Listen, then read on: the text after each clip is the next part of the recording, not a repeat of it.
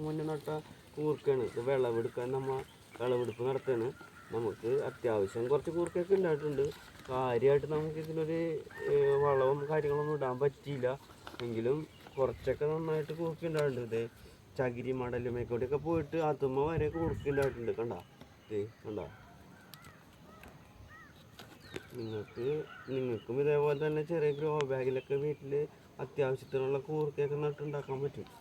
ഇതേപോലെ ചെറുതായിട്ട് ചെറിയ ഗ്രോ ബാഗിൽ കുറച്ച് കൂർക്കയുടെ തണ്ടൊക്കെ നട്ട് കഴിഞ്ഞാൽ നന്നായിട്ട് ഉണ്ടാവും.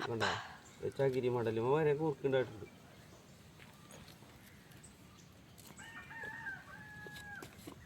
താഴെ വരെ ഉണ്ടായിട്ടുണ്ട്. താഴത്തൊക്കെ വെറുതെ പടർന്ന് നടന്നാണ്. നോക്ക് ഇതുമൊക്കെ നോക്കുണ്ടായിക്കണേ. വെറുതെ നിലത്ത് വാർക്കട മുകളിൽ വെറുതെ പടർന്ന് നടന്ന സാധനമാണ്. അതിന് കുറച്ച് മണ്ണ് പോലും ഇല്ല, എന്നിട്ട് പോലും ഉണ്ടായിക്കണ. എല്ലാവരും ഇങ്ങനെ കുറച്ച് കൂർക്കയൊക്കെ നട്ട് കഴിഞ്ഞാൽ വിഷമില്ലാത്ത നല്ല അടിപൊളി കൂർക്ക നമുക്ക് കറി വെക്കാവുന്നതാണ്.